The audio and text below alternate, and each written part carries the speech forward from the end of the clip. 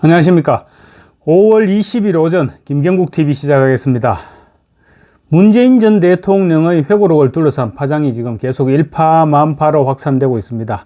논란이 되고 있는 부인 김정숙 씨의 타지마할 전용기 관광을 배우자 단독 외교 이렇게 포장을 했죠. 그래서 자랑을 했다가 지금 야권으로부터 김정숙 특검을 하자 이렇게 특검 요구가 몰아치고 있고, 또 당시 인도 정부에서 우리 정부에 김정숙 여사가 아니라 도종환 문체부 장관을 초청했고, 그러다 이제 김정숙 여사가 내가 가겠다 이렇게 하니까 그 후에 다시 우리 정부가 인도 정부에 요청해서 김정숙을 초청해달라 이렇게 요구했던 사실까지 드러나서 지금 파장을 불러일으켰죠. 회고록에 굳이 포함시키지 않아도 될 일을 김정숙 여사를 보호하겠다 이런 심정이었는지 몰라도 어쨌거나 회고록에 포함시켜서 지금 논란만 더 증폭시킨 그런 상황입니다. 거기에다가 지금 청와대 근무자들이 딸 다혜 씨에게 송금한 사실까지 드러나면서 파장은 더욱 증폭되고 있죠. 문재인 전 대통령은 아마 이번 회고록 발간 이후 사저에서 김정숙 씨에게 호된 질책을 받고 있는 것은 아닌지 모르겠습니다. 그런 가운데 문재인 전 대통령의 회고록, 야당에서는 회고록이 아니라 참여록을 써야 된다고 이렇게까지 주장하고 있을 정도죠. 어쨌거나 회고록에 자기 부인 혈세 관광은 배우자 단독 외교라고 포장해서 장황하게 설명했던 것과는 달리 2020년 9월 해양수산부 공무원의 서해 피살 및 소각 사건과 관련해서는 참 답답했다는 한 단락이 전부였습니다. 2019년 11월 발생했던 북한 어민 강제 북송 사건은 본문에는 아예 언급이 없었고 부록에만 짤막하게 기록했습니다. 회고록 대부분을 남북관계 개선에 할애해서 자화자찬했던 것과는 대조적인 것이죠. 평소에 사람이 먼저다, 문재인 늘 입만 열면 하는 얘기가 사람이 먼저다라는 구호였죠. 인권을 그렇게 주장해놓고 정작 사람의 목숨과 관련해서는 얼마나 비정했는지, 얼마나 이중적이었는지를 단적으로 보여주는 대목이라고 할 수 있을 것 같습니다. 문재인은 회고록에서 서해상 해양수산부 공무원 피살 사건을 언급하면서 북한의 책임은 아예 언급하지도 않았습니다. 해수부 공무원 고 이대준 씨는 지난 2020년 9월 서해 북측 영해에서 표류하다가 북한군이 쏜총에 맞아 숨졌죠. 북한군은 이 씨의 시신을 그 후 소각하는 만행까지 저질렀습니다. 우리 국민이 북한군에 의해서 피살되고 소각되는 엄청난 사건이었음에도 문재인은 회고록에 담을 정도의 무게를 느끼지 못했던 것입니다. 해당 사건은 회고록 중 8장 하노이 이 단락에서 일부로 언급됐습니다. 2020년 6월 16일에 있었던 북한의 개성연락소 폭파와 관련한 내용들을 서술하면서 지나치듯이 한 단락을 언급했던 것입니다. 문 전 대통령은 당시 당장 기분이 나빴던 것은 연락사무소 폭파였지만 실질적으로 오랫동안 어려움을 끼쳤던 것은 남북 연락 채널을 단절한 일이었다면서 서해 공무원 피살 사건도 그 기간에 발생됐다 이렇게 서술했습니다. 만약에 연락사무소를 폭발하지 않았으면 서해 공무원 피살 사건 때 어떻게 연락이라도 하고 접촉할 수 있었을 것이다, 이런 부분을 얘기하고 싶었던 것 같습니다. 그러면서 서해 공무원 피살 사건 당시 북한에 연락할 길이 없으니 국제상선 통신망을 이용할 수밖에 없었고 수신 여부조차 확인할 수 없어 참 답답했다. 만약 연락망이 가동되고 있었다면 뭔가 노력해 볼 수 있었을 텐데 속수무책이었었다. 이렇게 설명했습니다.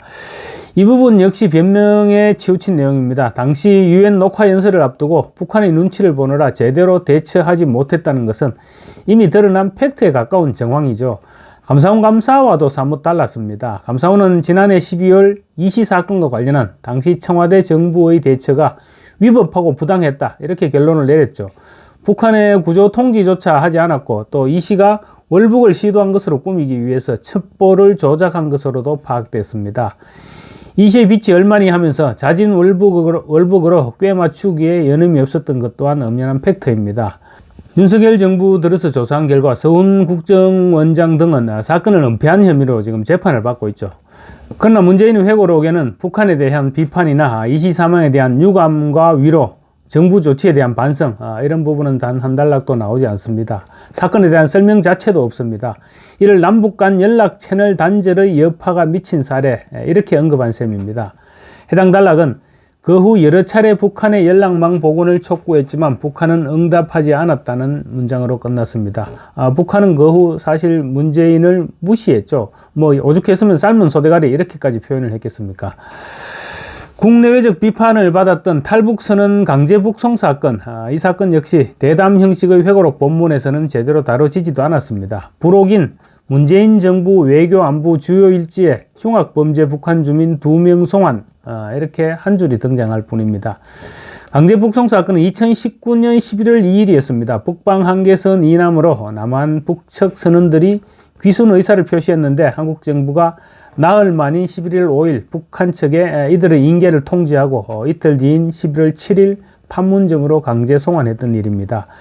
해당 선원들은 북한의 주장 그리고 우리 조사에 의하면 김책항에서 북한에 붙잡힌 선원 1명과 함께 다른 선원 16명을 살해한 혐의를 받았습니다.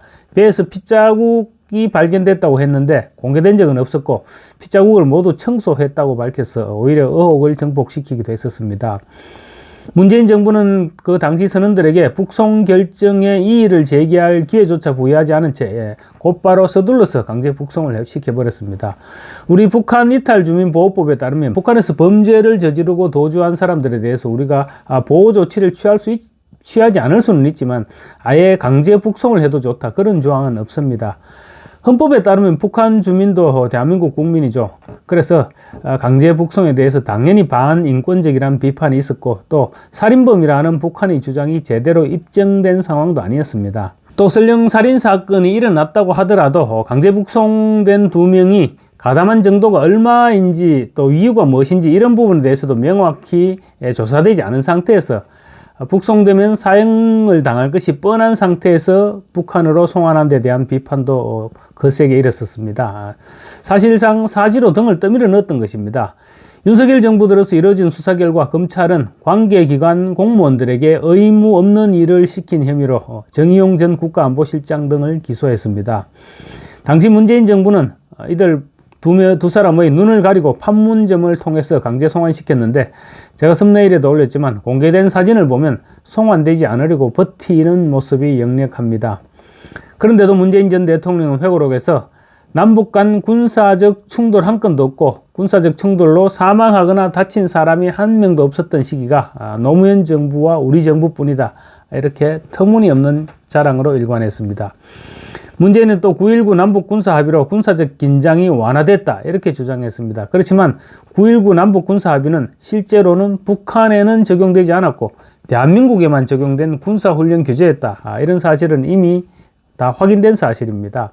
김정은 입장에서는 아마 문재인만큼 다루기 쉬운 상대가 없었을 것입니다. 적당하게 입으로 써니만 보여주면 얼마든지 가지고 놀 수 있는 상대가 바로 문재인이었기 때문입니다. 논란이 되었던 중국과의 사드 체계 관련 합의에 대해서도 문 전 대통령은 이전 정부가 국민들에게 공약했던 것을 이어간 것뿐이다, 이렇게 비켜갔습니다. 2017년 10월 한중 관계 개선에 합의하면서 문재인 정부는 사드 추가 배치를 고려하지 않는다, 미국의 미사일 방어 체계에 편입되지 않는다, 한미일 3국이 군사동맹으로 발전하지 않는다는 이른바 삼불 입장을 표명했습니다. 이에 대해 중국은 이를 약속으로 주장하면서 한국에 대한 압박을 지속했죠. 그뿐만 아니라 이미 배치된 사드의 운용도 제한한다는, 그러니까 3불의 1한을 더해서 약속했다, 이렇게 압박했습니다. 문재인 정부는 집권 5년 내내 중국에 대한 저자세로 일관했죠. 이와 관련 문재인 정부에서 사드 정식 배치를 늦추기 위해서 환경영향 평가 절차를 고의로 지연했다는 의혹에 대해서 지금 감사원 감사가 진행 중입니다. 문재인은 또 회고록에서 주요 외교국 상대 정상과의 대화 내용까지 공개했습니다. 퇴임 불과 2년 만에 민감한 외교 비사를 공개한 것은 그 자체로 논란을 부를 수 있습니다. 문재인 전 대통령은 트럼프 전 대통령이 북미 간 하노이 노딜 이후에 후회하면서 나에게 미안해했다, 이렇게 밝혔습니다. 트럼프 전 대통령이 보면 굉장히 불쾌해야 할 내용이죠. 또 트럼프 대통령 지금 다음 대선에서 미국의 대통령이 될지도 모릅니다. 만약에 미국의 대통령이 되었을 때 이런 부분을 가지고 또 트집을 잡을지도 알 수 없는 일입니다. 또 대담자인 최종근 연세대 교수의 발언으로 사드 관련 협의를 할 때 중국 측에서 시진핑 주석과 지도부가 중국 인민한테 면이 없다고 했다는 내용도 밝혔습니다. 고인이 된 아베 신조 일본 총리와 관련해서는 극우적인 소신 탓이었는지 일본 국내 정치용이었는지 이런 언급으로 일본에서 볼 때는 굉장히 불쾌해할 소지가 있는 개인적인 평가도 다수 포함됐습니다. 문재인은 새정치민주연합 국회의원 시절이던 2015년 이명박 전 대통령이 당시 회고록 대통령의 시간을 발간했을 당시에 물밑에서 있었던 일들을 공개하는 것은 남북관계 발전이나 우리 외교에 전혀 도움이 되지 않는다라고 비판했었습니다. 그리고 미국산 쇠고기 수입 문제와 관련한 이명박 전 대통령의 해명에 대해서도 그 당시 국민적 비판을 받았던 것을 호도하는 자화자찬식의 회고록을 낸다면 회고록으로서의 가치가 없다. 이렇게 혹평했습니다. 하다 지금 이제 회고록까지 내로남불이다. 이런 비판을 받고 있는 것입니다. 정말로 회고록이 아니라 자기 변명록이라고 해야 맞지 않을까. 그런 생각이 듭니다. 감사합니다.